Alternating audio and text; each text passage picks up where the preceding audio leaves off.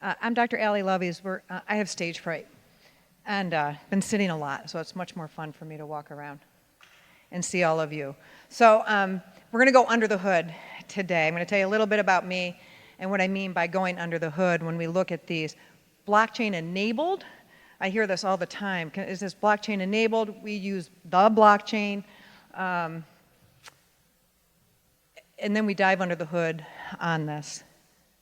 All right, so my background, all those acronyms, people are making fun of me. So I'm a physician with a dual board certification. In 2014, it's now a medical recognized subspecialty, clinical informatics. I tell people that means I'm bilingual. I speak clinical and I speak technology, okay? Was practicing until 2018. My projects kept getting bigger and bigger. I had one floor that was clinical, one floor that was consulting, all in the healthcare IT space. I'm laughing that HIMSS Commonwealth Alliance, I was there watching that announcement. I helped start one of the first regional health information organizations in the country, still one of the most successful. But when I was vice chair on the board of directors there, one of the insurers looked at me and he said, look it, let's just face it, physicians are never going to use computers. Okay, that's where I came from. So it's all been about emerging technology. The first time I did a note on a computer, I was a resident in the intensive care unit. The head of the intensive care unit came to me like in a tizzy, an absolute tizzy. Did you do your note on a computer? I said, yeah. She said, stop it. You're upsetting the nurses. We handwrite our notes. So that's where I came from. So projects kept getting bigger and bigger. Eventually, I found myself at Ernst & Young. I was brought there to lead digital health, government, and public sector. And first thing I want to do is know what assets does Ernst & Young have. Turns out Ernst & Young is one of the leaders in enterprise-level blockchain. And I thought, oh my gosh, that's so exciting. And I'm going to sit in on a call with the current healthcare blockchain leader, with a client, and just hear what he has to say. And he never showed up to the call, and they turned all the questions to me. I'm like, wow, I got to learn blockchain, and I got to learn it fast. So that's where I cut my teeth, which brings a little bit of a bias to my upbringing, because if anyone knows Paul Brody and Ernst & Young, they're big on public Ethereum blockchain. That's where they're going all behind there. So I know a lot of others are out there, but that brings a little bit of a bias there. So for 18 months, I was in front of 180 clients. The interest for blockchain is huge. Giving the talk about what is blockchain, what can it do? And I knew I was successful at the end of my talk if the client started saying, we could do this, we could do that. It's been fun for me to sit in the audience and hear today some of those things actually coming to life. The pharma metaledger, that project, the chargebacks, we help wireframe all that. I see Kyle Culver's here for Synaptic, right? There you go. We did the, Ernst & Young was part of that project where we did the analysis of how Synaptic Alliance at the time, even though they pivoted, was putting together their blockchain for exchanging physician demographics. So I've jumped out into the startup world and advising on the startup world. Wrote this, what was it, 2 years ago, Tori? It says part one. That was very intentional that it was part one, because the intention was there's going to be a part two coming. Because as we could tell everybody, this is the reason you want to do it, no one was really doing it then. And we know in 2 years, have you guys read this paper that won the award? Only 10 commercially viable blockchain products out there right now in healthcare. Over 2 years if you look at it. Though we know much more is happening probably privately, and certainly with Ernst & Young it was. And so what did we look at during that paper? The benefits of what blockchain, what do they do? And that's usually what I start my talk with. Not what it is, but what does it do?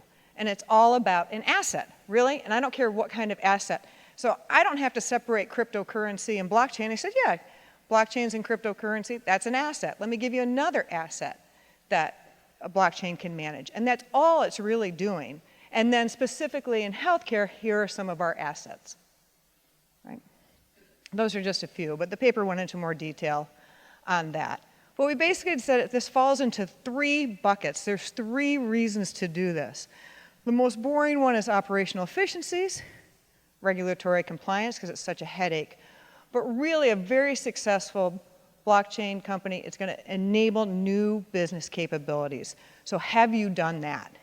So where do you fall in on your bucket? And are you ready to do it? And where's Alex Kahana? Alex is here. What did you say? Alex, can I quote you? It's not interoperability, it's intercooperability that we always run up against. I think that it's like the shiny thing. It's like stone soup. I show up, I'm going to talk about blockchain. But really, you got to find out, do you have everything else here? Are we aligned? Are we aligned within the organization? Are you ready? When you go out and speak to someone, do they know what's going on? Leadership, clear mission, support capital investment. These cost money, right? Stakeholder alignment. What's happening out in the market? Is the timing right? So we go into detail on that in the first paper. All right, not written yet, because here it comes, business case part 2. Now let's get to the nitty gritty. Show me the money. At the end of the day, show me the value. These are in no particular order, though I think I saved the best for last. Graphical user interface, also known as GUI. You got to say that every day. You should be able to quantify it. Why are we doing this? Not just because blockchain's a really cool thing, and yes, we're going to get trust and security. Yes, in technology. Can we do that in technology? The answer is always yes. We can always do it. We can go to the moon, but at what cost? And so we're not going to just invest in technology for the sake of it. So you better be able to show me that we're doing something. New business capabilities, hopefully we're getting new revenue. And it's coming in monthly recurring, daily active users, some of the ways we measure it. Operational efficiencies, if you look at the chargeback, there was both money, capturing money, and a lot of time and efficiency. They have whole swaths of people that all they're doing is looking at those chargebacks with the pharmaceuticals. And then compliance, and I think this is what the Synaptic Health Alliance was about. If you don't have the correct provider directory information, it's $10,000 a day fine. That can add up very quickly. So there was a clear business case for why we wanted to take this all to a blockchain. All right, then you get down to the people. So as I walk around and I get to meet a lot of people, and you're right, Alex, OG. I mean, it's a small space in the blockchain world, small space in the healthcare world. But you get to know who's the chief executive officer, board of directors, founders, and their advisors. And I've been asking a lot of the companies here, tell me about your advisors. How many of you have patient advisors in your company? Anybody? And we laugh. I mean, we all say that we're building this for the patient, but do we really have patient advisors on that? I have spoken to a number of companies that don't have physicians because they don't see the need to have a physician involved in this. And I'm like, wait, healthcare, no patient, no physician. Okay. So you see that. So again, I like to sit in that space where I can talk to the technologist, I can talk to the clinical. Yes, we've all been a patient, but at the end of the day, you got to get in there and you got to put it in front of them and stress test it there. If you're a startup and we're looking at that and we're starting to talk, I want to know about your company structure. How have you done this? What stage are you in? Sometimes we hear these wild evaluations that have been done, but unless you've had this formal 409 evaluation, we're really just beginning. So I say buyer beware here, because I also invest in some of these companies. Intellectual property and patents. Do you have that as part of your company, as part of your D-app? And then what financing have you done? So this is just some of the due diligence I do before I get involved with some of the companies, because I want to know where they're at. It doesn't matter to me where they're at what stage, just so we can ground, okay, this is where you're at. Governance. I call this the cobbler, children have no shoes. I doubt, I would challenge a single company to come up here building blockchain that themselves are a DAO. And I really mean a DAO. I really mean you've issued a token, all the rules are codified, right? And you get to vote, quadratic voting. You can say you're that, but are you really doing it? So those are the other things I'm looking for within and when you go under the hood. Your key performance indicators in the company, especially when they're fundraising. Yes, are we doing this? Sorry for the typo there. But do you have a proof of concept? Or are you proof of contracts? Letters of intent that maybe we're going to do this? And what technical milestones have you reached?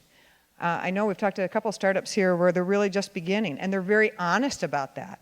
Say, we don't have product yet, but we want to, and we want to have product, and we're building towards that. I always go right to the technology because they're like, we're on the blockchain, or we're blockchain. And sometimes that just means they're using cryptography, an element of blockchain. I know there was a company that was doing passwords on the blockchain. Well, they weren't really on a blockchain. They were just using cryptography if you pushed under the hood.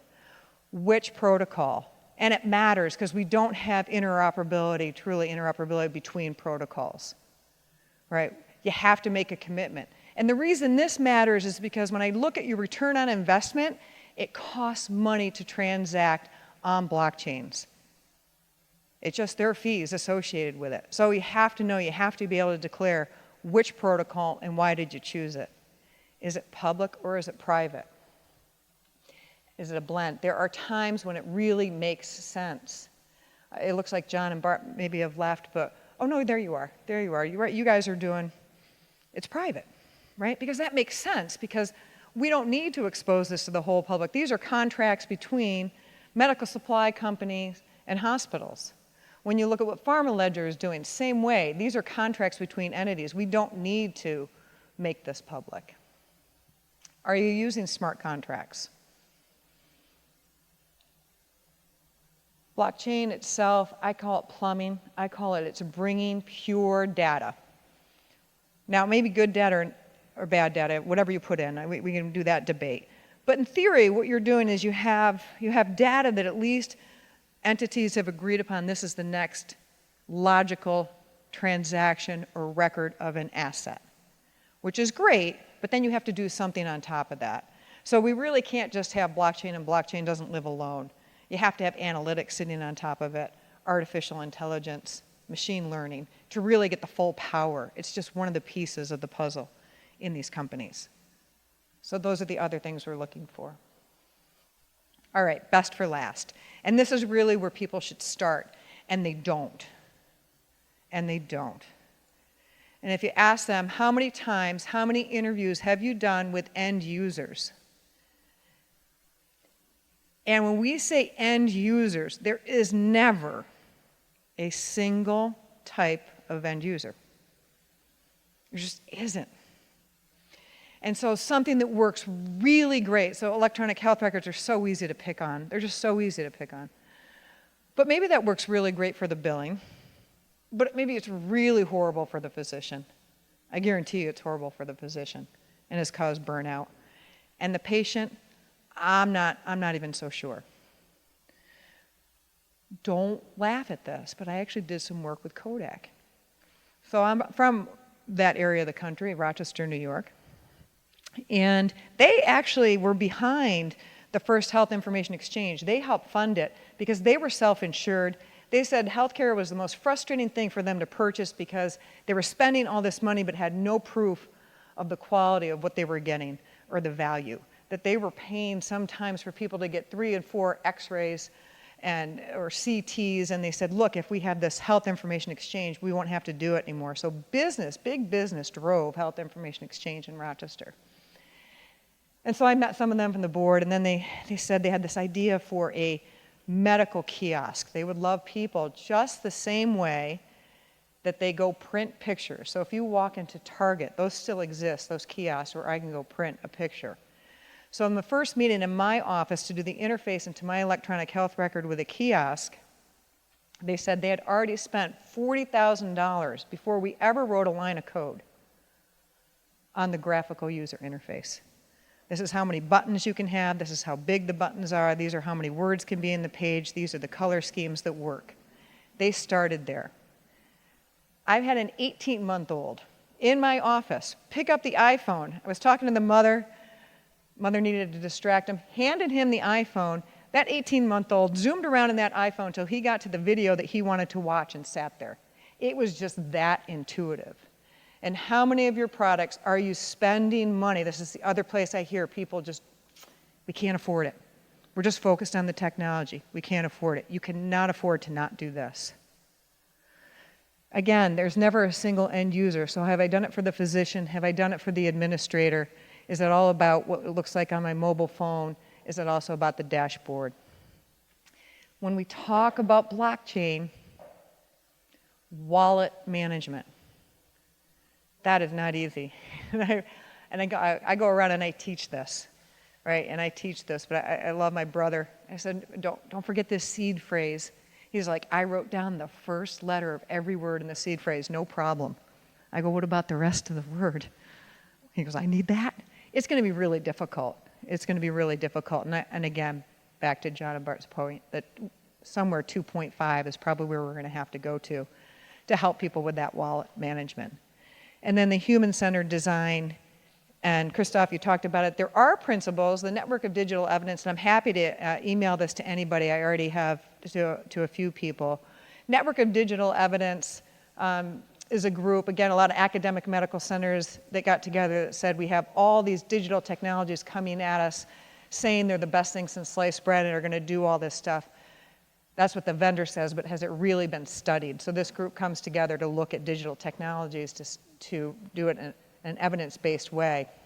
They do have a whole methodology for evaluating a technology's graphical user interface.